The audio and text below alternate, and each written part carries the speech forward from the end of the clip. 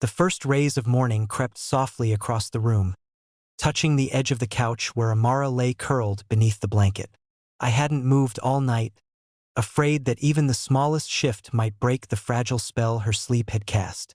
But I felt it before I saw it, her body tensing slightly, fingers pulling back from mine.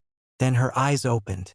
For a moment, she just stared at the ceiling, blinking slowly, like her brain was shuffling through memories she didn't want to find. Her gaze drifted to me, still beside her, still quiet, and I saw it happen. That mask, that carefully stitched smile, that playful glint she wore like perfume. "Oh," she said, sitting up quickly, brushing her hair behind her ear. "Wow, I must have been pretty gone last night." "Yeah," I said softly. "You were." She looked around the room like she was searching for proof she hadn't done anything embarrassing. Her voice came next, light and joking, but I heard the tension beneath it.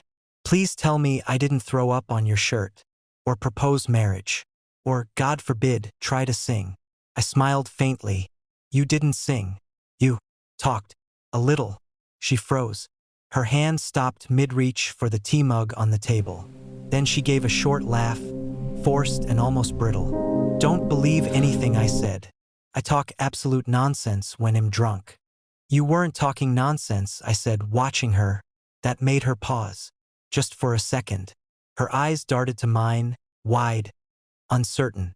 "What did I say?" "You asked someone not to leave. Said you waited for them.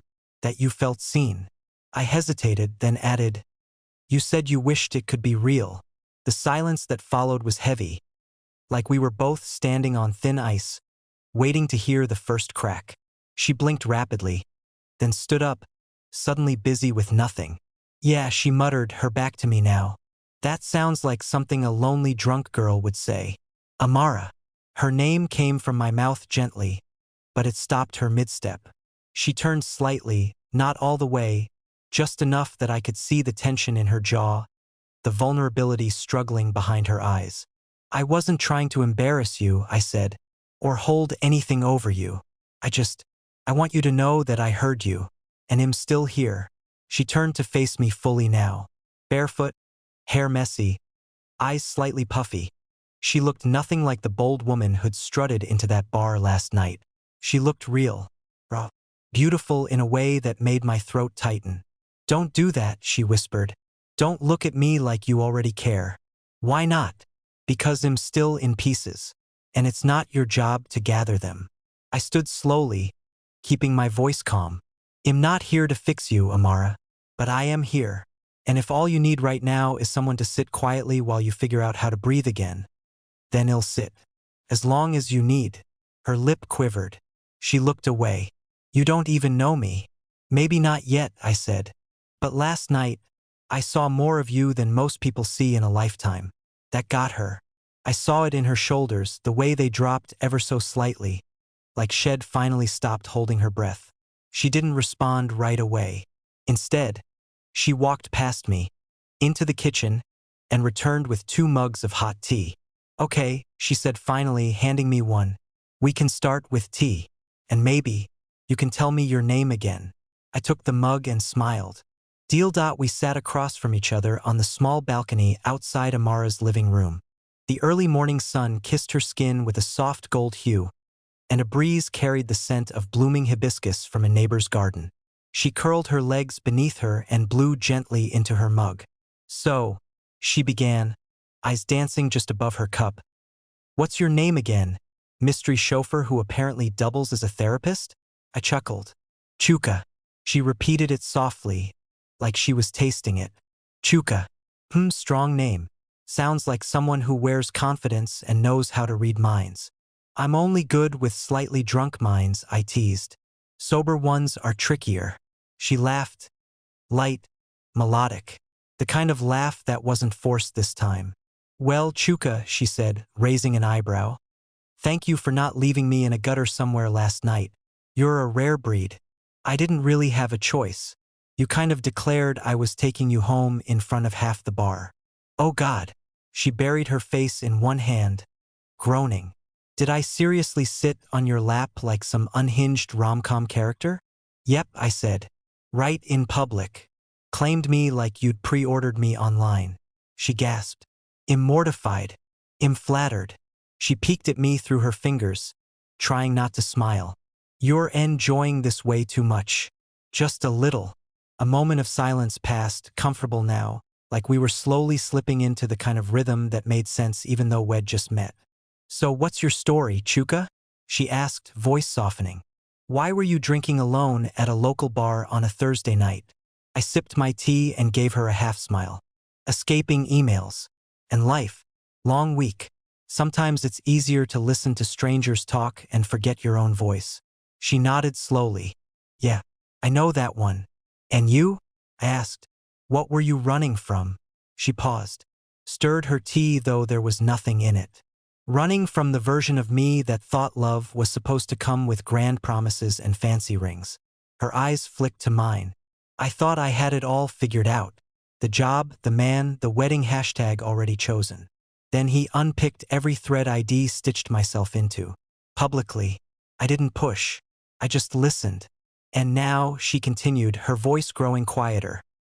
I spend most nights pretending I'm fine, laughing too loud, dressing too bold, flirting too hard.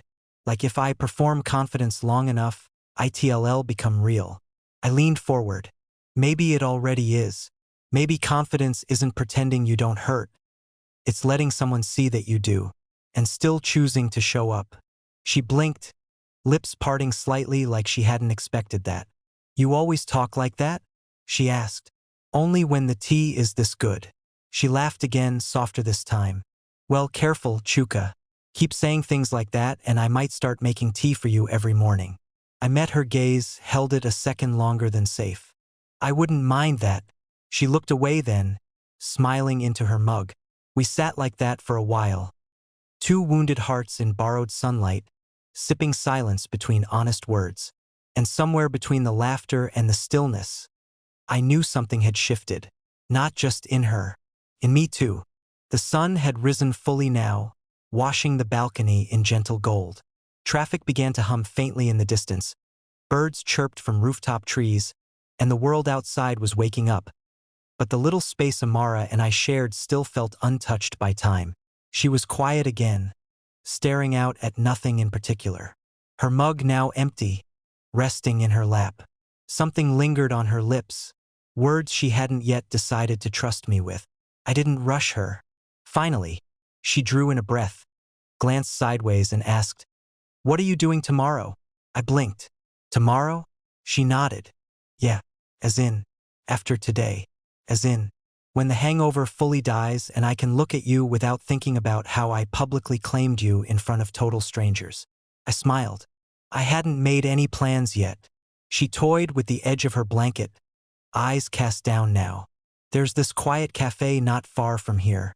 They have good books, horrible coffee, and a mango cake that tastes like heartbreak and honey. I leaned back in my chair. That sounds dangerous. It is, she said, smiling faintly, but in a good way. Then she turned to look at me, and for once, she didn't hide. Her eyes didn't dart away. Her lips didn't twist into a teasing grin. She looked straight at me, vulnerable and present. You could meet me there, she said. We could talk, or not talk, or pretend we're strangers again and try to guess each other's favorite color. I gave her a long look, heart oddly still. I'd like that. Her shoulders relaxed, and the smallest breath of relief escaped her. Like she hadn't known if I would say yes. Like asking was harder than sitting on a stranger's lap in a bar. Okay, she said, almost in a whisper. What time? Noon, she replied, but come 15 minutes late. I like watching people walk in and wonder if they're coming for me. I laughed. You're something else. So I've been told, she said, standing and stretching slowly. The sunlight wrapped around her like silk. As I stood too, preparing to take my leave, she walked to the door and paused. Hey, Chuka? Yeah? She bit her lower lip and smiled. A real one this time. Small, sweet, slightly nervous. Thanks for not letting me pretend I'm invincible. I stepped closer, letting my fingers brush hers for just a second. Thanks for inviting me past the performance. Then she opened the door and I stepped into the soft morning air. the quiet buzz of a new day swirling around me. But I didn't feel like the man who'd gone out for just 2 beers last night. I felt like a man who'd stumbled into something unexpected, something real, something worth showing up for. She stood in front of the mirror, staring at 3 shirts and 2 dresses sprawled across her bed like fallen soldiers. Why am I acting like this is a job interview? She picked up a soft yellow top, then dropped it back with a sigh. It's just coffee, she whispered to herself. Just coffee with a man whose lap I sat on in public, whose hand I fell asleep holding, and who basically cradled my broken soul like a newborn baby last night. No big deal. She groaned and sank onto the edge of the bed. There was a slight ache in her chest. Not painful, not scary, but unfamiliar. Hope, maybe? Or panic disguised as possibility. He heard me. That thought wouldn't stop circling her like a moth drawn to fire. He stayed. He listened. He didn't flinch when I spilled pieces of my self-ID hidden from even Zikora. And now he's showing up again by choice. She ran her fingers through her hair, heart thudding a little faster now. Not out of fear. Out of the terrifying thought that maybe, just maybe, someone was finally choosing her without needing her to shrink, perform, or pretend. Her eyes drifted to her phone. No new messages. No excuses. No last-minute cancellations. He's really coming. And that scared her. Because if Chuka showed up today, if he sat across from her and saw her in the light of day, sober and guarded and maybe not quite as put together as she pretended to be last night, then this could turn into something real. And real hurt. Real came with risks. Real came with questions like, will he still want me if I'm not funny today? Or what if he changes his mind once he sees all the unfiltered parts of me? She stood again, walked to the mirror, and met her own eyes. You've survived worse, she whispered to her reflection.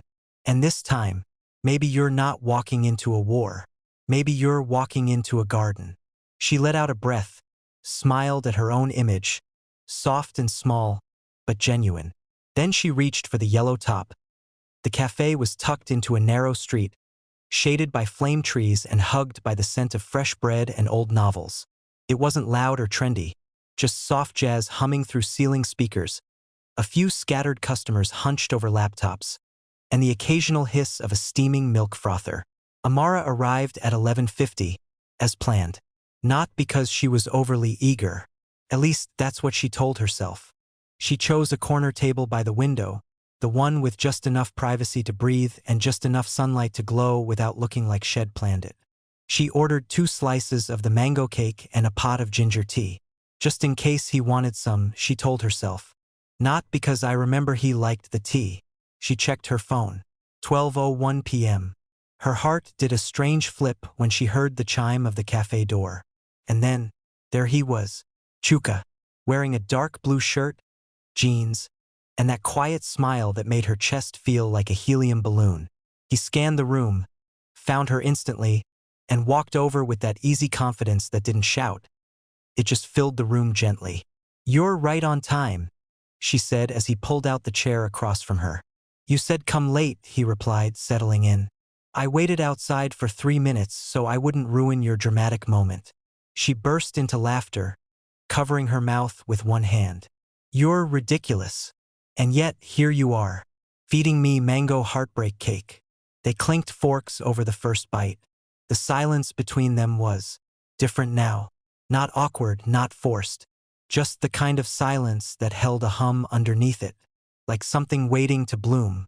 So, he said after a sip of tea, is this the part where we trade backstories? Or should we just skip to favorite songs and irrational fears? She smiled, swirling her tea lazily. Favorite song, Ordinary People by John Legend. Makes me cry every time. Chuka nodded. Solid choice. Mine's Sweetest Taboo. Don't judge me. I want, she teased. But I will ask why. Because it reminds me that soft love exists, he said simply. Not loud. Not chaotic. Just soft. The words hung there for a moment. Soft love.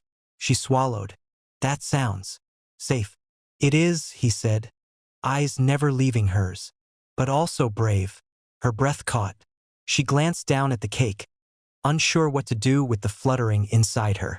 I don't know if I remember how to do soft, she said quietly. I'm usually drawn to loud.